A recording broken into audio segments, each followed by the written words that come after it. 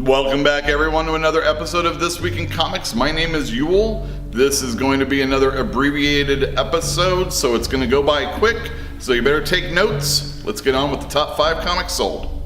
Coming in at number 5 this week, we have Immortal Hulk number 1 by Al Ewing and Joe Bennett. Another debut this week at number 4, Doctor Strange number 1 by Mark Waid and Rod Reis. The number 3 selling book this week was Man of Steel number 2 by Brian Michael Bendis and various artists. Runner-up this week at number 2 is Justice League number 1, written by Scott Snyder. This one is also drawn by Jim Chung. It's his first issue working at DC.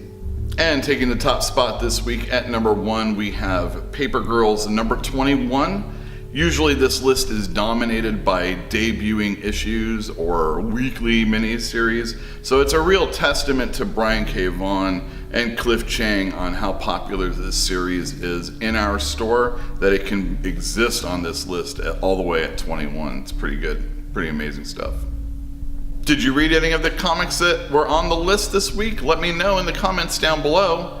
And now I'm going to tell you what I thought of some comics I read this week. First up this week we have Immortal Hulk number 1.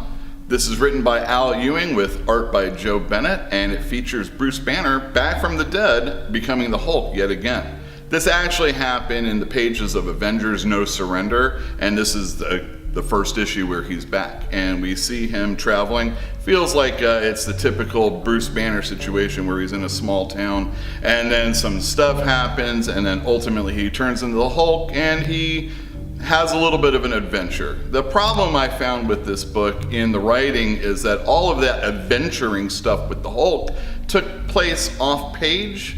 I mean, there was this one scene where he finally became the Hulk and you thought, all right, he's gonna really do some smashing. Did not happen. The artwork was excellent, the interpretation of the Hulk is good, and he's definitely a scary monster. Like they're trying to build him up in this book. That's the reason why we are getting so more Bruce Banner up until the moment, but then when the final payoff comes, the Hulk just did nothing. I found this issue to be lackluster, and I really didn't enjoy it that much at all. The lack of Hulk in it really reminds me of Bruce Jones's Hulk 18 years ago now or something like that, and it just feels like I've read it before. You add in the fact that in the She-Hulk book, she was going through PTSD and didn't want to turn into the Hulk.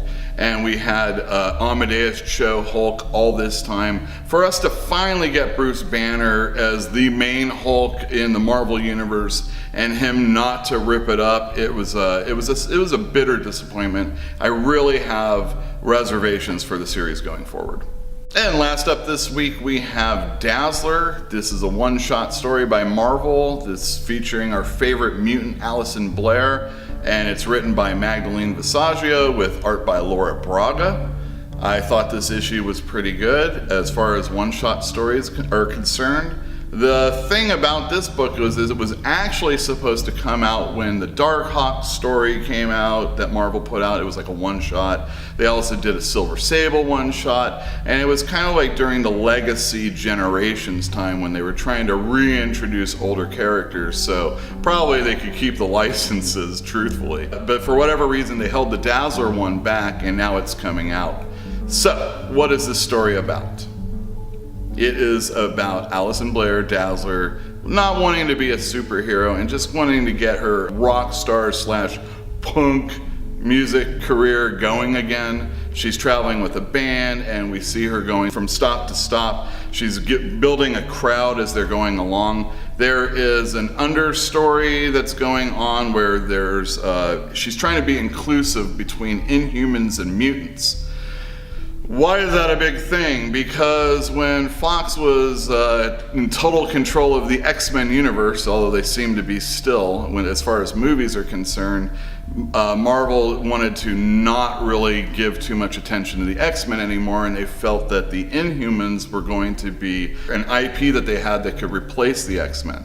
And that didn't really happen. I mean, even though they were together over this time, it didn't really work. People still like the X-Men. They don't really like what's going on in it, and they really did not want to read the Inhumans.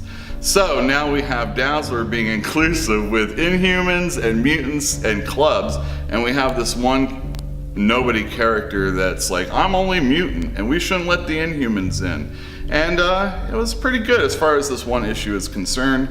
Dazzler keeps going on about how she doesn't want to be a superhero. She doesn't want to be called Dazzler anymore. Just please call her Allison. There's a scene where her and Colossus are talking. He's like, come on back to the X-Men. And she's all, I just want to be a music star, a music person, and I don't want to be a superhero. Where this book goes bad is the end. At the end, she's just a music person. I'm a mutant. I'm inclusive with Inhumans and mutants. I just want to do rock and roll. But you turn the last page, you get an advertisement for an upcoming issue of Astonishing X-Men, and there she is. We got this whole freaking story where she doesn't want to be a superhero, and now she's going to go and be a superhero in a superhero book. It's ridiculous. Marvel, you should have... I don't know why you waited all this time to bring this book out, but it really means little to me reading the story now when you're going to do that. There's no time. It didn't percolate. No time has passed where she feels this way to where she's doing that. It should have just been scrapped if you weren't going to put it out when you wanted to put it out. Why you decided to do it now, I'm not really sure. It was an okay story given that, reading it was a good story. It just, it has no, you want to have a belief that in comic books, what you read matters, that it has an effect on something else that you're reading. That's why you read Marvel, that's why you read DC. If you didn't care about that type of stuff, you just read an Image comic written by somebody that's gonna own their own stuff and make a TV program out of it. But you don't, you invest this time in these characters. You want what you read to matter. You want it to have some effect in a universe that's taking place. And by having her come out in a comic book next month, it wastes the time. It wastes my time. It was good, but it wasn't that good. It was a one-shot, who cares? Oh, I'm sorry, I got a little hot under the collar there. What did you think about the reviews I just had? And now, some other comics that are gonna be even hotter coming out next week. Let's check them out. First up this week, we have Detective Comics number 982. It is a brand new team working on this book with writer Brian Hill and artist Miguel Mendocna. This story picks up with Batwoman having left the team. She's no longer leading it, and Batman needs someone else to lead it. And he brings in Black Lightning. Batman and Black Lightning have been in Outsiders books in the past, so this is a logical person to lead the team. Brian Hill just recently wrote the Black Lightning Hong Kong Phooey crossover, so if you're interested in some fun, you should check that one out. He also writes Wildstorm, Michael Cray, and Witchblade, the new storyline that's coming out from Top Cow. You should pick those up if you want to see some other stuff that he does. I'm looking forward to this one. I think it's going to be pretty cool, and I recommend you check it out, pick it up. Next up, we have Hawkman number 1, a new series from DC following Dark Knight's Metal. It's been so long, I forgot what that was called. It's going to be written by Robert Venditti, who does Hal Jordan and the Green Lantern Corps and some other DC books. I really like his writing. And it's going to have art by Brian Hitch. He's a classic. I enjoy his stuff quite a bit, and I'm looking forward to this book. Hawkman hadn't been seen for a long time until that Hawkman Found one-shot. Now he has his own series, and you don't really need to know more. This is one of DC's most classic characters, going all the way back in the Golden Age, so you should definitely check this one out. It's going to have stellar artwork, I'm sure. Brian Hitch always brings a really cool, clean style, and again, I really like Robert's Venditti's work. I shouldn't just call him by his first name, so check this one out. I'm looking forward to it. Next up, we have the Magic Order number 1. This is a new Image comic written by Mark Miller and drawn by Olivier Coipel. This is the very first comic that Mark Miller is putting out under that Netflix deal that he signed, where all his future books that he's going to be making are actually going to be Netflix series / movies. And again, this is the very first one. I've got a lot of calls been coming in asking about it. It's getting a lot of publicity. And I think just on that alone and the curiosity is going to make this a book you're going to want to check out. It's going to have wonderful work as far as artwork is concerned. Coipel's excellent. And Miller usually tells a pretty good story that's captivating. I recommend you check this one out. Once again, it's probably going to fly off the shelves, I suspect.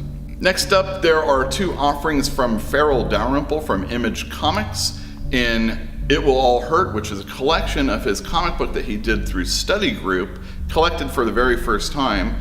I am really looking forward to that. And he's also doing a mini-series called Proxima Centauri.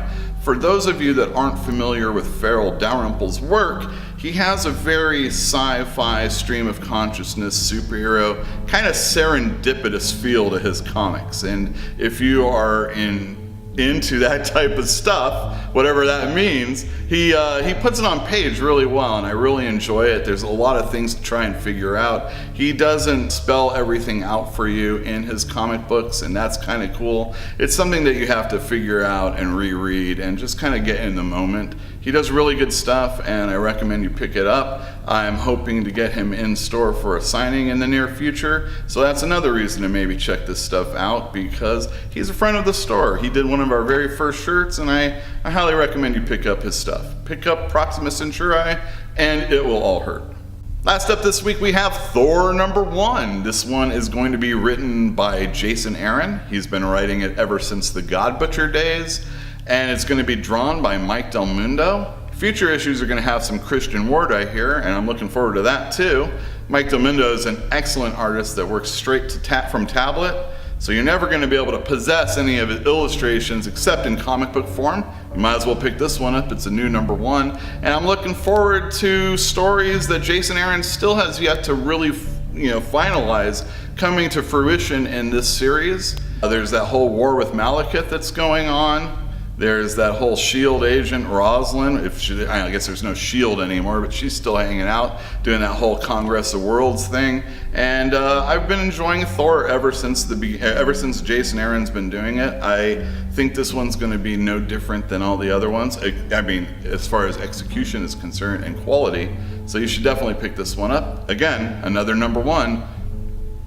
Recommended. Before we close out this episode, though, let me let you know about a signing we're going to be having in store with Zach Kaplan, Saturday, June 23rd from 12 to 3. It's for his new book that's going to be coming out that week, The Lost City Explorers. He also writes Port of Earth for Image, Top Cow Image. I recommend you pick that book up and come on in for the signing. We'll talk comics and get some scribbles on some books. Thank you, everybody, for tuning into another episode. We really appreciate it. If you appreciate this episode, give us the thumbs up in the corner over there. If you haven't subscribed to the channel, please do so and share it with a friend. Also hit the bell for notifications so you can find out when we have a new episode up. And I want to let you know we all love you very much. See you next week.